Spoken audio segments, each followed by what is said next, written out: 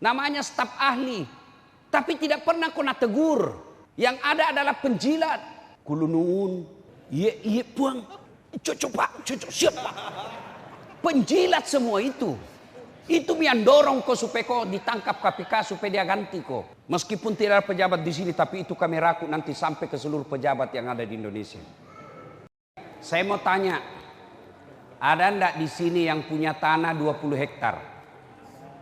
Coba angkat tangan kalau ada. Ada? Ada di sini yang punya ruko 20 unit? Ada? Ada? Oke, tidak ada. Ada di sini yang punya mobil 10 unit? Mungkin ada. Tapi ketahuilah saudara-saudara sekalian, Anda jauh merantau dari Sulawesi. Kan paling banyak orang Sulawesi sini toh? Iya toh? Ditinggalkan tanah kelahirannya, ditinggalkan ibu bapaknya, dia tinggalkan saudara-saudaranya, datang merantau ke sini. Tapi belum ada yang punya tanah 20 hektar. Batemu turolo sumpe. Hah? Kau jauh merantau ke sini, rukomu tidak ada 20 unit. Itulah yang kau kejar sampai ke sini. Dan saya tidak yakin ada yang punya duit di sini, jamaah ya, 20 miliar. Padahal kau sudah cari uang dari subuh sampai malam. Dan saya yakin masih ada di sini yang kontrak-kontrak rumah. Coba, padahal habis waktumu itu di pasar, azan kau tinggalkan sholat duhur, maghrib masih subuh kau itu mau tutup toko, isya masih ada kau di pasarmu, jam 10 kau baru kau sampai di rumahmu, kau tinggalkan subuh, kau tinggalkan duhur, kau lepas asar, hilang maghribmu, isya kau ketiduran. Demi Allah kau tidak sampai punya harta 20 miliar. Ada hartamu 20 miliar, tapi mulai kau dilarang makan gula, dilarang kau makan nasi, dilarang kau makan daging, dilarang kau makan pedis-pedis, dilarang kau makan semua. Apa aja bisa kau makan? Ubi rebus. 20 miliar uangnya, 2 ubi rebus tidak bisa dimakan. Dia pergi ke dokter. Apa dia bilang dokter? Pak, selama Bapak aktif, Bapak tidak kena matahari. Mulai besok, kalau bisa Pak, jam 7 sampai jam 9, Bapak keluar kena matahari. Jalan-jalan Pak ya, keliling kompleks, jangan pakai baju, supaya kena badannya ini Bapak matahari. Kalau bisa Pak pakai celana pendek, pakailah celana pendek sampai di sini. Pak, jangan pakai peci, supaya kena juga semua ini kepalanya Pak. Tolong jangan pakai sendal, supaya itu kakinya kena-kena. Jalanlah dia kompleks, tidak pakai baju, pakai celana pendek, tidak pakai sendal. Apa bedanya sama gembel? Padahal uangnya itu 20 miliar. Begitu kau kejar dunia, ternyata duniamu tidak ada gunanya. Ada orang Pak kuat lari, di Makassar itu belum pi asan ada yang lari jalan Petarani, belum pi subuh sudah ada yang lari, bahkan gerimis pi lari Pak. Dia mampu berlari 20 kilo satu hari, rumahnya dari komplek ke masjid tidak sampai 20 meter, dia tidak pernah hadir di masjid. Padahal kalau Tuhan bilang sudah pulang kok, biar jantungmu kuat, biar ototmu keras, biar pangkatmu tinggi, rencanamu sempurna, orang-orang yang akan meluruskan semua rencanamu sukses kok. Tapi kalau Nabi bilang Tuhan dah saat pulang kok, tidak ada istilah mau kok apa kalau sudah. Nah, Bapak Ibu saudara-saudara sekalian, itulah yang kita lupa. Wa mal hayatud dunya illa mataul hurur. Dunia ini acule-culean. Dunia ini tipu daya saja. Maka Allah hadirkan supaya kau tidak tertipu, dengar kau dakwah. Kenapa pejabat kita sekarang banyak yang maling? Coba kita lihat, korupsi 200 miliar, korupsi sampai 1 triliun. Nah, makanmu saja itu 1 baskom kau tidak kasih habis. Kenapa? Tipu daya dunia. Kenapa banyak orang tertipu dunia? Tidak pernah dengar dakwah. Ibu-ibu, diam dulu ibu. Saya doakan suamimu kawin yang cerita terus. Jauh-jauh pergi ceramah di sini subuh-subuh. Orang ceramah kau ceramah juga bikin jengkel saja itu. Jaga kau, jangan panjai. Curita dasar pak gosip. Diam-diam psycho dulu.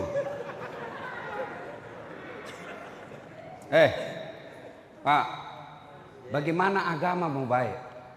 Dari lahir tidak pernah pesantren.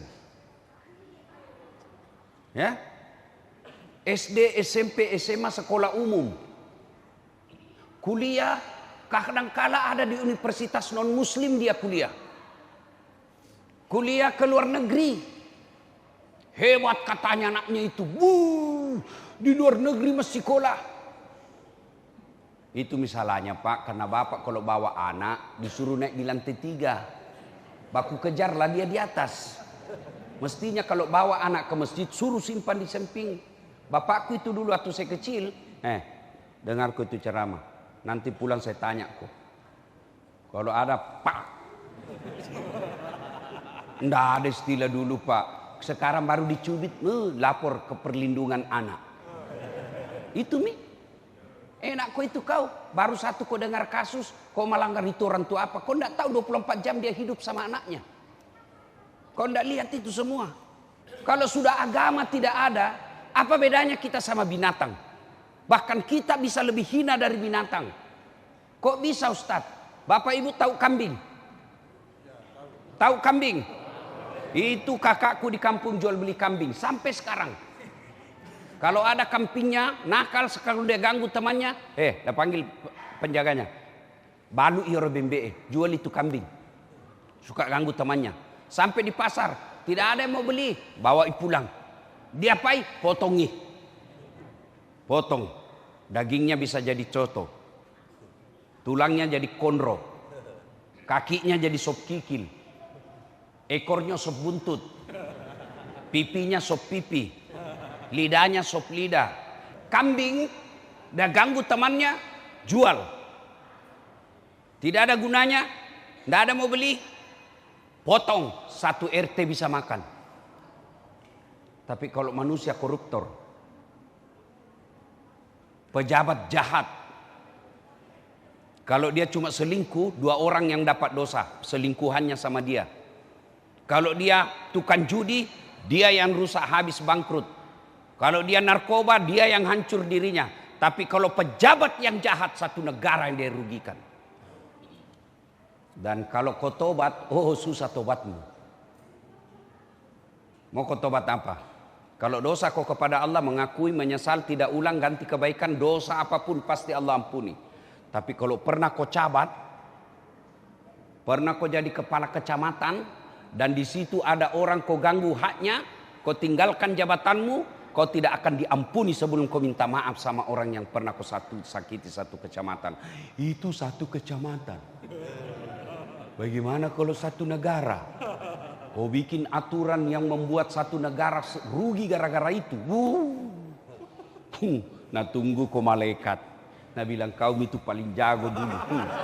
Sini mah kau belender kau. Makanya ini penting dengar ceramah.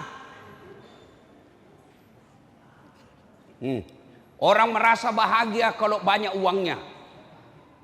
Sudah Pak, sudah. Jangan bikin gerakan lain-lain supaya Bapak tidak diperhatikan. Karena itu kalau orang dengar ceramah ini banyak setan mengganggu. Ya, diam, tunggu dulu sana. Sudah. Ada duduk tenang-tenang ya. Duduk tenang. Sudah. Oke. Bapak Ibu, saudara-saudara sekalian, ada orang merasa bahagia katanya kalau orang banyak kaya. Oke. Ada orang merasa bahagia katanya hebat kalau banyak uangnya. Oke. Ada orang merasa bahagia dan hebat kalau dia populer. Oke, saya kasih kok, saya jawab itu 3 orang.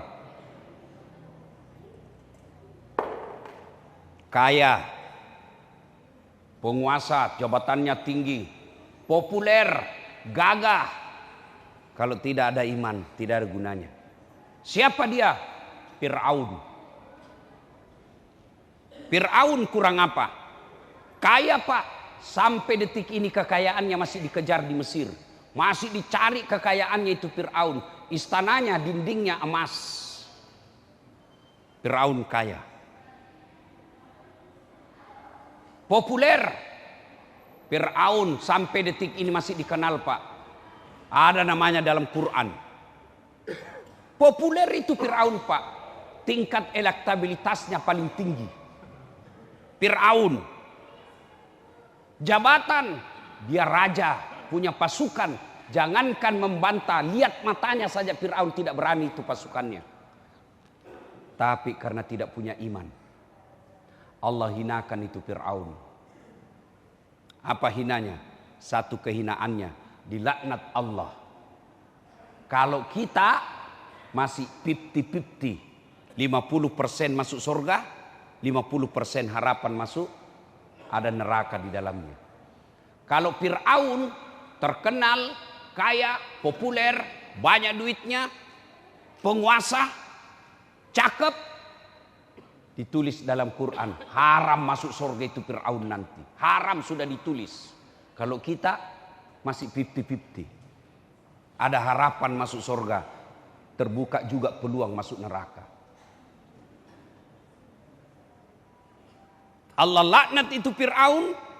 Allah laknat, tidak ada satupun manusia yang suka itu Fir'aun. Mana buktinya?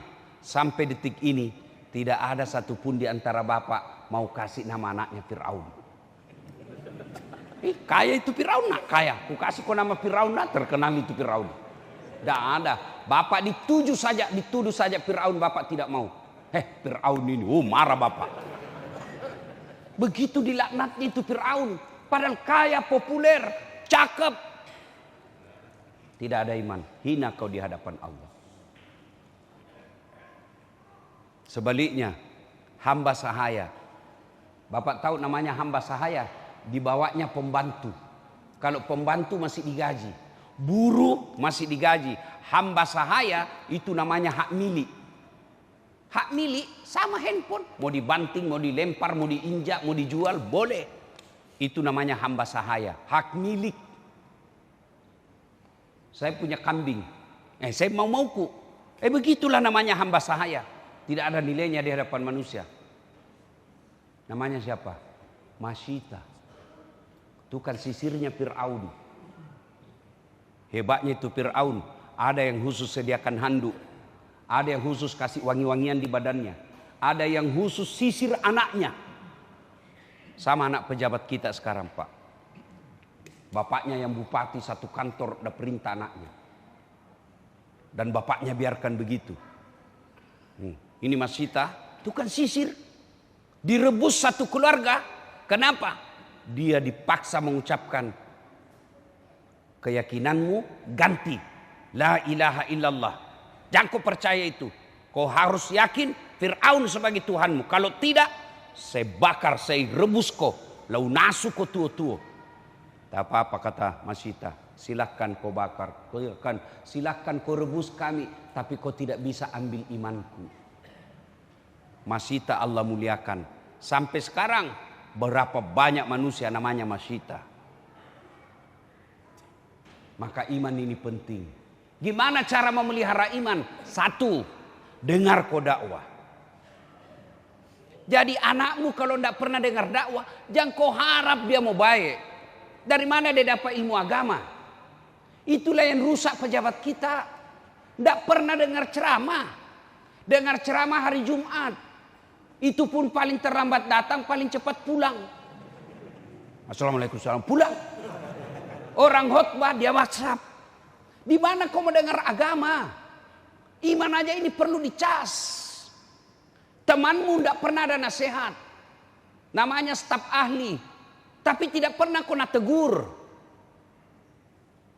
Yang ada adalah penjilat. Kulunun. Iya puang. Cocok pak, cocok siap pak. Penjilat semua itu. Itu yang dorong kau supaya kau ditangkap KPK supaya dia ganti kau. Meskipun tidak ada pejabat di sini, tapi itu kami rakut nanti sampai ke seluruh pejabat yang ada di Indonesia.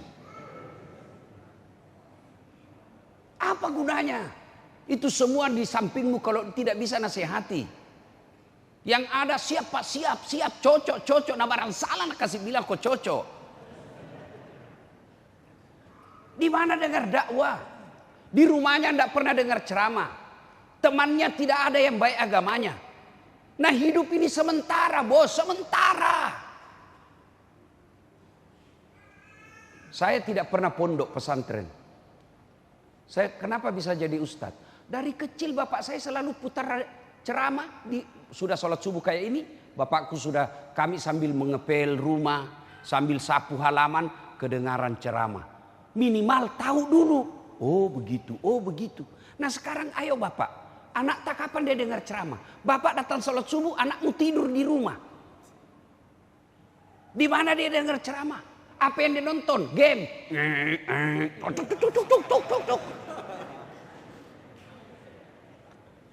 Maka jangan harap ada perbaikan agama.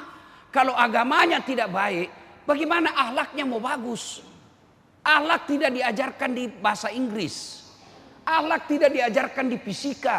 Akhlak tidak diajarkan rumus-rumus yang lain. Akhlak itu diajarkan oleh agama. Maka jangan heran kalau banyak pejabat kita mengecewakan dan mempermalukan. Kenapa? Tidak pernah dengar ceramah.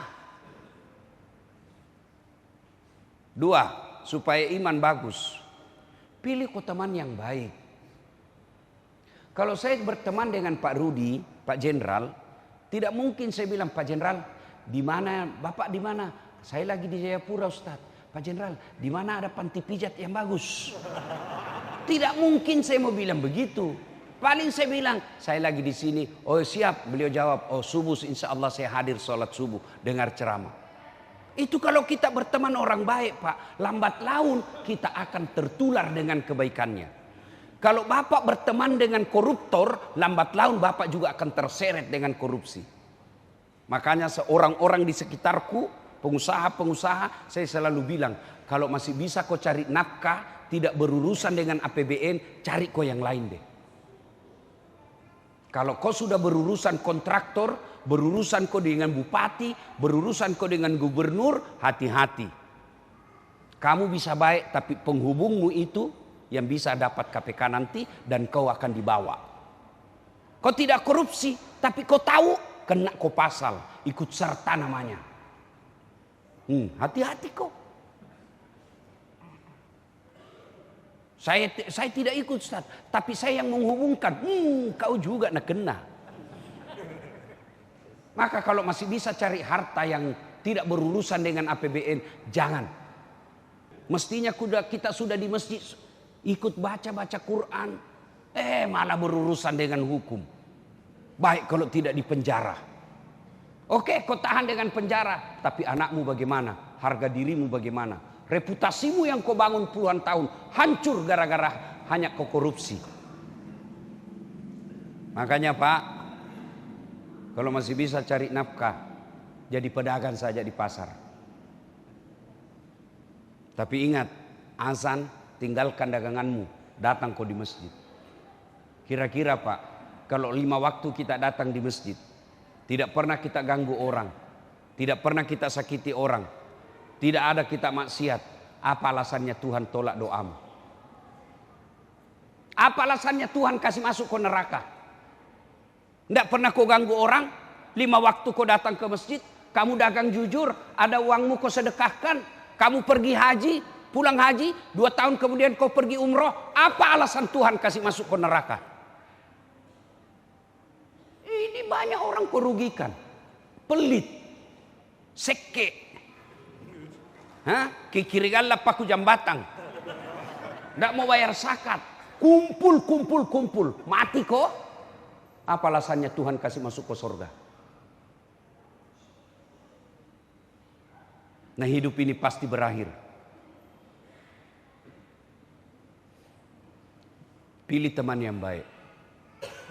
Itu penting. Pilih pengusaha teman, bagus.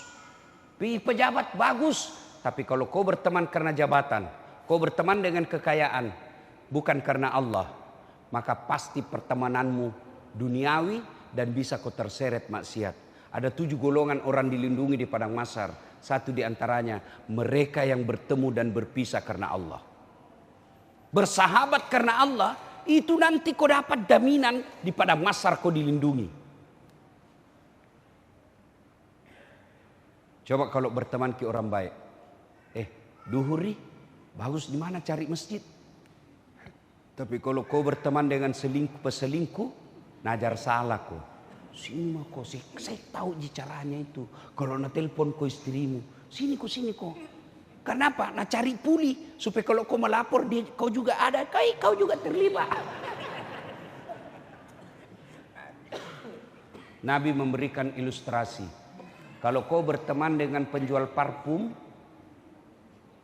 kalau kau tidak dapat parfumnya, kau dapat bau wanginya.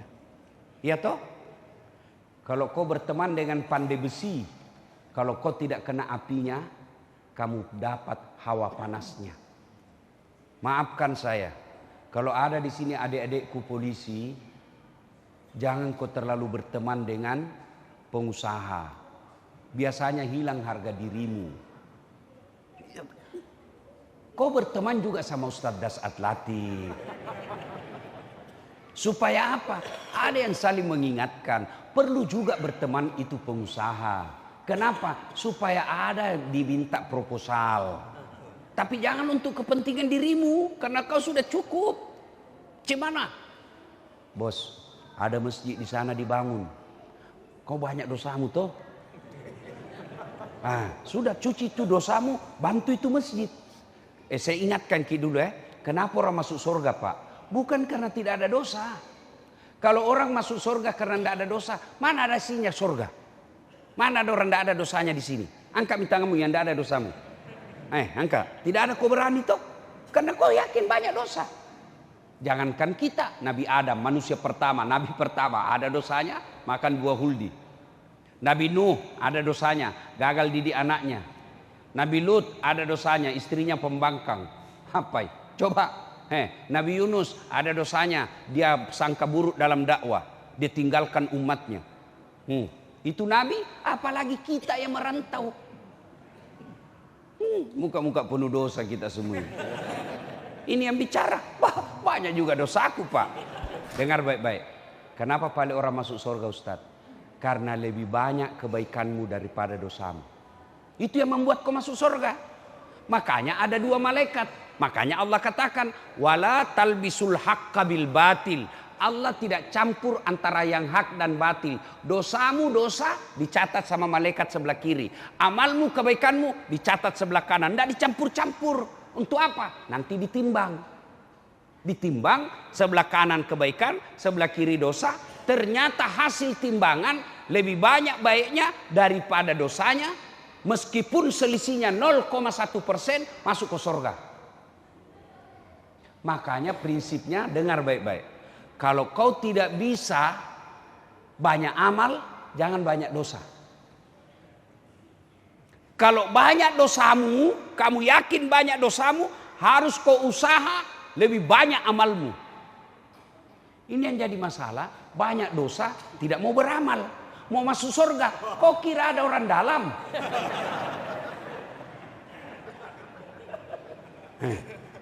Makanya kalau ada pengusaha ditemani, ajak dia bersedekah. Bos, ada di sana pesantren kasihan. Kalau kita lihat tidak layak. Bagaimana anak-anak tidak lari dari pesantren? Tidak bagus tempat tidurnya. Ayo bos. Kau tidak miskin kau kalau kau keluar 1 miliar di situ. Itu namanya pastabikul khairat. Berlomba-lomba dalam kebaikan. Nah Bapak Ibu saudara-saudara sekalian. Berteman dengan orang-orang soleh. Yang ketiga supaya baik ini iman. Yang ketiga adalah kamu harus hindari tempat-tempat maksiat. Iman sedikit. Tapi suka pergi panti pijat. Tenggelam kau. Nah barangkali dipijit ini Ustaz. Betul kok dipijit, tapi perempuan yang pijit kok. Lain dipijit, lain mengeras.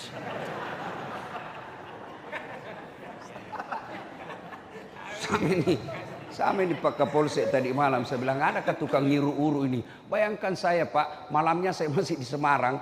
Kemarin malam 12:30. Sampai di Makassar, belum baris sedikit, terbang lagi ke Papua. Baru sampai Papua, belum enak, langsung saya disodorkan 5 acara lah. Satu hari 5 acara Pak. Saya bilang sama Pak Kapolres, adakah ini, Pak Kapolsek, ada ini tukang pijit-pijit. Saya bilang, ada Justas, cuma perempuan. Saya bilang, mualek kalah. Mualek nggak lasa bos. Penyakit kok kasih saya itu. Saya memang suka juga, tapi harus saya lawan. Bohong kalau kita tidak suka Pak, bohong itu. Tapi harus dilawan, itu gunanya iman. Gunanya iman, kalau tidak ada imanmu, tidak ada yang halangi. Ya, maka dia 1, dengar ceramah. 2, pilih teman orang-orang soleh. 3, Bapak Ibu, jangan dekat-dekat tempat maksiat. Kalau imanmu sedikit, senggol sedikit, labet no. Ya kan? Ibaratnya karungmu kecil, sedikit isinya bocor lagi. Belum sampai di Jayapura habis bekalmu. Yang keempat, doa. Doa, hidayah datang dari Allah. Dalam Al-Baqarah terakhir ada doa itu. Rabbana la tusi qulubana ba'da is hadaitana wa hab lana min ladunka rahmah innaka antal wahhab. Ndak ku hafal itu Ustaz, jamak ku bahasa Arab. Bahasa Indonesia mi, ya Allah, jangan engkau palingkan hati hamba setelah engkau berikan hidayah. Jangan engkau gelapkan hati hamba setelah engkau berikan penerang. Jangan engkau sesatkan hati hamba setelah engkau berikan petunjuk. Ya Allah, bimbing dan tuntun saya. Minta begitu. Amin ya Rabbal Alamin. Ustaz, kenapa dikasih begini? Variasi. Tidak ada itu. Nabi tidak pernah berdoa begini. Tidak. Kenapa paling begini Ustaz? Karena itu lebih nyambung. Lebih enak dirasa. Boleh, boleh. Tidak haram. Tapi Nabi tidak pernah melakukannya. Tapi tidak diharamkan. Kenapa begini Ustaz? Lebih nyaman. Masa kau begini? Amin ya Rabbal Alamin. Kan tidak nyambung gitu. Nah, Bapak Ibu saudara-saudara sekalian, kita masih berlama-lama tapi matahari sudah terang. Tentu kita harus kembali ke rumah cari nafkah untuk kehidupan dunia. Cari kejar dunia ini seolah-olah kau akan hidup selama-lamanya. Tapi ingat, jangan lupa akhiratmu. Kejar akhiratmu seolah-olah kau akan mati besok.